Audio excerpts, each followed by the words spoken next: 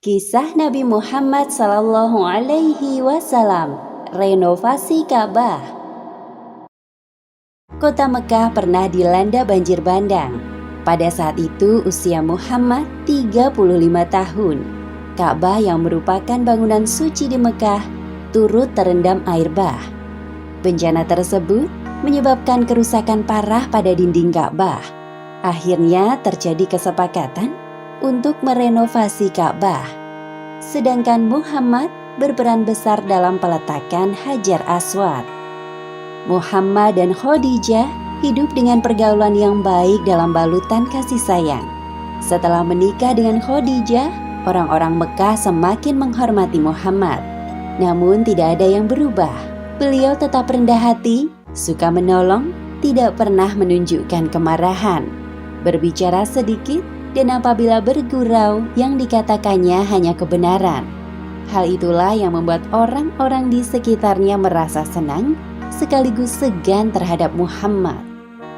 Tepatnya 5 tahun sebelum peristiwa kenabian, terjadi peristiwa langka di Mekah. Awan berwarna hitam tiba-tiba menumpahkan beban berat yang dikandungnya. Bukit-bukit di sekitar Mekah mengalirkan air hujan ke kota yang berada tepat di bawahnya.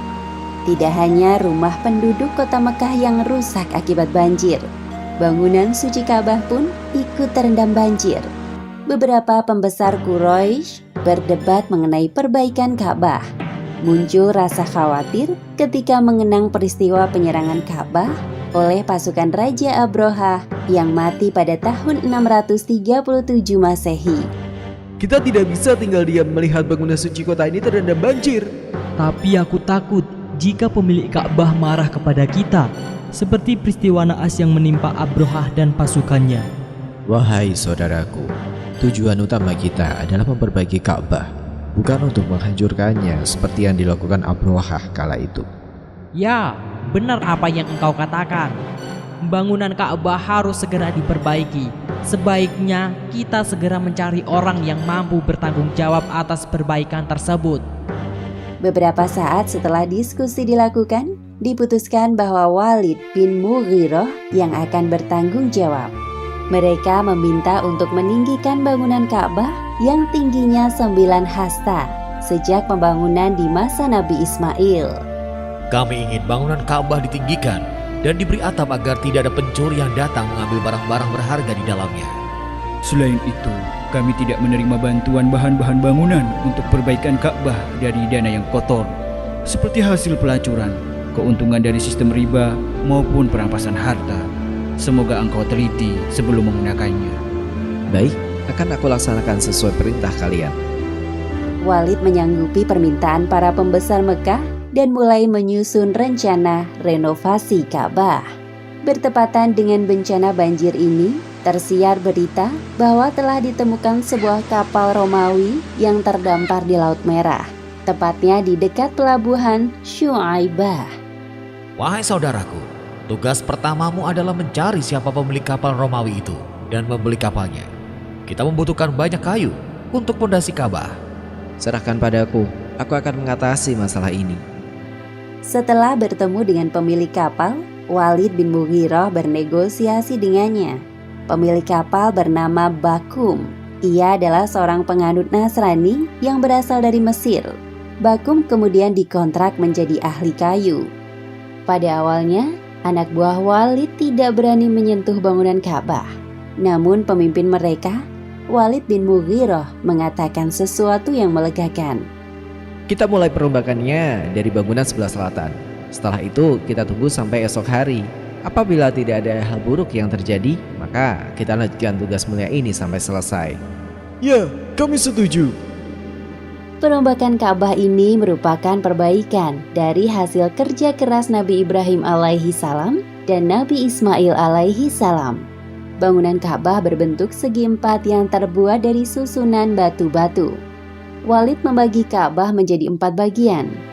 Masing-masing kabilah mendapatkan tugas untuk memperbaiki tiap sudut bagian Ka'bah. Hal pertama yang dilakukan adalah memindahkan patung Hubal dan patung-patung lainnya, kemudian membersihkan pelataran Ka'bah, lalu membongkar dinding dan membuat pondasi. Pondasi Ka'bah berasal dari batu-batu granit biru yang diambil dari bukit di sekitar Mekah. Sedangkan bahan pencampur semen yang disebut bitumen didatangkan langsung dari Syria. Muhammad turut serta dalam perbaikan Ka'bah dari awal penghancuran bangunan dan hari-hari berikutnya. Kita harus meninggikan pondasi sekaligus membangun pintu baru. Setelah itu, kita bangun atap Ka'bah agar barang-barang berharga di dalamnya tidak dicuri orang. Baik, kami akan mengerjakan sesuai perintahmu. Pembangunan dan perombakan Ka'bah hampir selesai. Setelah dinding Ka'bah tingginya mencapai 15 hasta. Kemudian dipasang atap yang disangga dengan 6 tiang. Selain itu, dibangun pintu dan tempat peletakan Hajar Aswad. Kini tiba saatnya bagian peletakan batu hitam atau biasa disebut Hajar Aswad di sudut timur. Pada saat inilah terjadi perselisihan antar kabilah. Masing-masing kabilah merasa lebih berhak meletakkan Hajar Aswad pada tempatnya semula dibanding kabilah lainnya.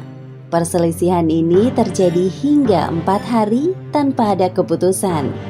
Sampai akhirnya muncul seorang tua bernama Abu Umayyah bin Al-Mughirah menawarkan jalan keluar. Beliau adalah sosok tetua yang dihormati di kalangan pembesar Mekah. Wahai saudara-saudaraku, hentikan perdebatan kalian. Serahkan keputusan kalian kepada orang yang pertama kali masuk lewat pintu Safa. Orang-orang setuju dengan usulan Abu Umayyah.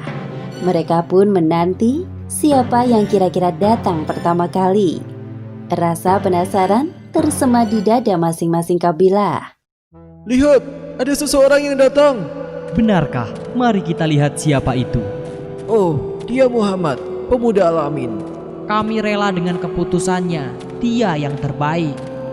Orang-orang Quraisy bersorak lega, sekaligus gembira melihat kedatangan Muhammad. Sedangkan Muhammad bingung dengan penyambutan yang dilakukan oleh para kabilah. Apa yang terjadi sebenarnya? Mereka lalu menceritakan tentang permasalahan yang terjadi. Sebelum membuat keputusan, Muhammad berdoa dalam hati agar tidak salah langkah. Beliau juga tidak menginginkan pertikaian ini berlarut-larut terjadi. Tolong, ambilkan aku sehelai kain. Baik, tunggu sebentar. Orang-orang penasaran dengan apa yang akan diperbuat Muhammad. Setelah kain dalam genggaman, beliau menghamparkannya ke tanah. Kemudian beliau meletakkan Hajar Aswad di tengah-tengah kain. Untuk setiap pemimpin dari masing-masing kabilah, dipersilahkan untuk memegang ujung kain ini. Kemudian, mereka bersama-sama mengangkat Hajar Aswad menggunakan sehelai kain dan Muhammad bertugas mengembalikan Hajar Aswad ke tempatnya semula. Akhirnya, beliau berhasil menghentikan pertikaian tentang peletakan Hajar Aswad. Semua kabilah merasa puas dengan keputusan Muhammad yang cerdas dan bijaksana. Demikianlah akhir kisah renovasi Ka'bah pada zaman sebelum Muhammad diangkat menjadi nabi. Hikmah yang dapat kita ambil dari kisah ini, pertama, hendaknya kita selalu mengawali segala perbuatan dengan niat yang baik agar mendapat ridho dari Allah Subhanahu wa Ta'ala. Dan kedua, salah satu kriteria dari pemimpin yang ideal menurut Islam adalah fatonah atau cerdas. Hal tersebut dibuktikan dengan cara yang digunakan Muhammad dalam menyelesaikan persoalan peletakan Hajar Aswad. Maka sudah sepantasnya beliau menjadi seorang pemimpin umat Islam. Wallahu a'lam bishawab.